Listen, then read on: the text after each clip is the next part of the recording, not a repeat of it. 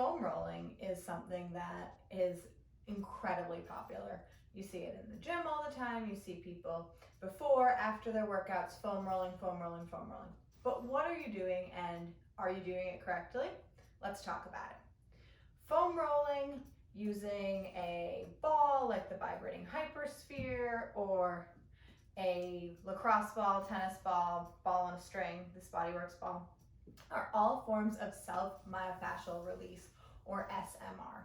This is basically looking for knots in your muscles, finding them, and these knots are called trigger points, and letting them relax and release to lengthen and kind of let go of all the tension and pain and soreness that was in that area.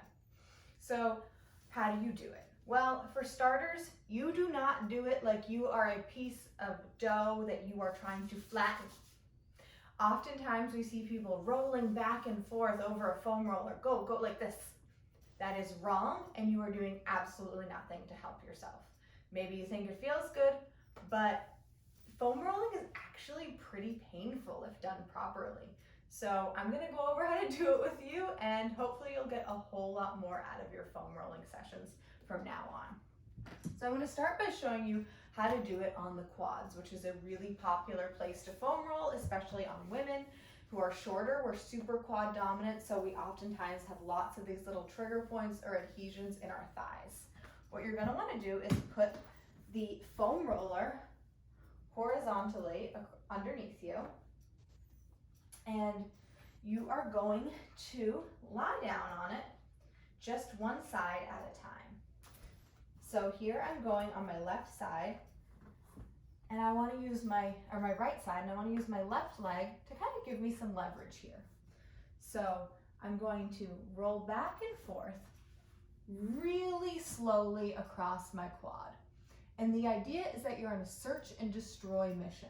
You're looking for that little spot that goes, ah, and then you're stopping there and you're gonna destroy it. So you wanna move super slowly across the muscle that you're foam rolling. And then you're gonna find that spot, right? I just found one. And then you wanna relax and try to release all the tension in your leg, so that way you can just let the foam roller do its job and press into that adhesion or trigger point and let it be released. So here, I'm going to want to take about 30 to 90 seconds, at least 6 breaths. And if you feel like you're having a hard time relaxing the area, make sure that you're nice and supported around it. Then maybe flex and relax the foot a few times, just to see what it's like to actually be at rest in this pose. Try to let your kneecap relax.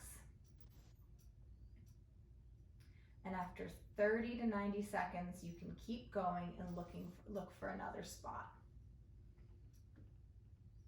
Oh, there's another one. And again, relax the legs, squeeze and relax the kneecap. Let all of the tension release from that one spot. If you don't hold it for at least 30 seconds, you won't get all the benefits of actually releasing the tension in that muscle adhesion. Good. So that is how you foam roll your quad. Very popular spot to foam roll. Now, people oftentimes foam roll their backs. And when they foam roll their backs, they will do things like get on there and go like this, back and forth and back and forth. This is doing nothing at all. What you're gonna wanna do if you're gonna use a foam roller is, first of all, a shorter one's often better, but you wanna slowly, and maybe support your head as well, work your way until you find that spot, and then try to relax on the spot. I'm relaxing my neck and holding my head up with my hands, and you want to take 30 to 90 seconds here. One of the reasons we do SMR is to reduce muscle imbalances. Usually one of our muscles is working in overdrive and another one is inactive. We're going to foam roll those tight and overactive muscles. So anytime you feel like you have a tight area, that's where you want to go and foam roll. You don't want to foam roll those inactive muscles or muscles that are all slack, because they're not the ones with tight adhesions in them.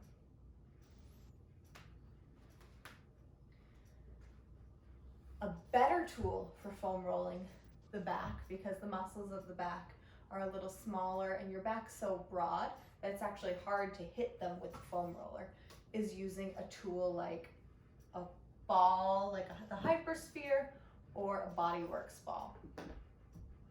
This ball vibrates, and I'm not going to actually use it while it's on right now because it'd be too loud for the video. You see it vibrates, and then you lay down, get it in the spot you want, and the vibrations help to get even more into that area. I'm going to turn it off just for the sake of the sound, but what you'll do is you'll lie it on the ground, and then you're going to find that spot in your back that again goes, ah!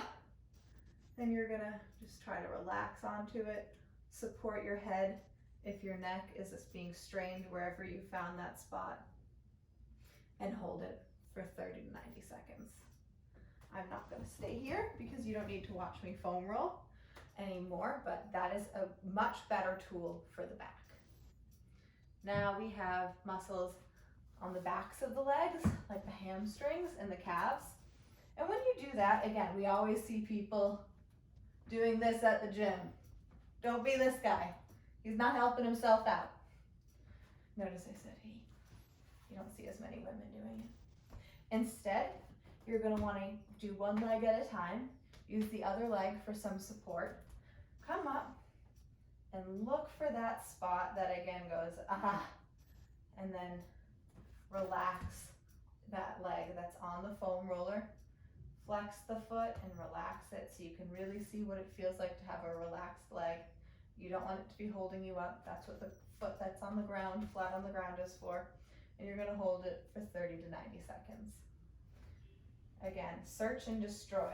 So you want to slowly work your way across the muscles, looking for that spot that says, ah.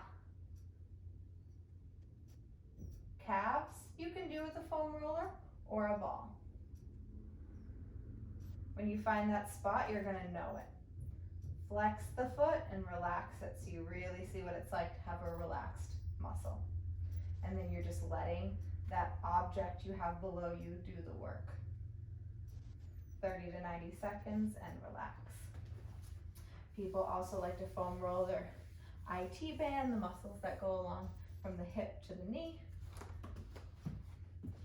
And for that, we always have one leg that is being foam rolled and another leg that is assisting in moving the body. So you're going to find that area. You know when you've hit it, there is no doubt.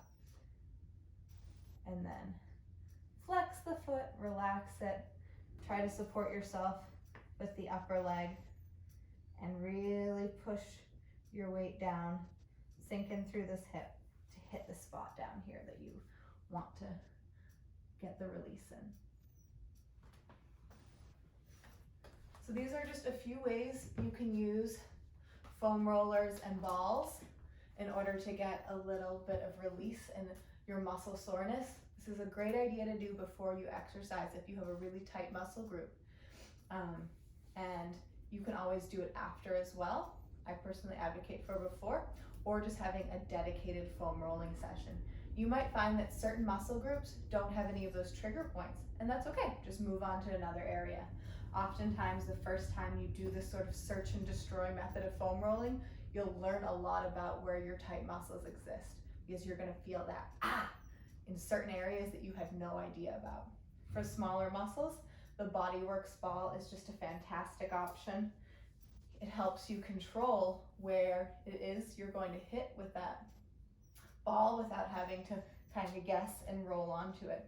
You can lean up against a wall with the ball like this, or you can lie down on the ground and then have a little more control of the ball as you move and find the spot. Oops. find the spot that needs foam rolling or that needs a SMR release. Ooh, I found one there. On that note, I'm going to stay here and let this not work out of my back, and I hope that you have a foam roller or ball nearby so you can give this a try yourself.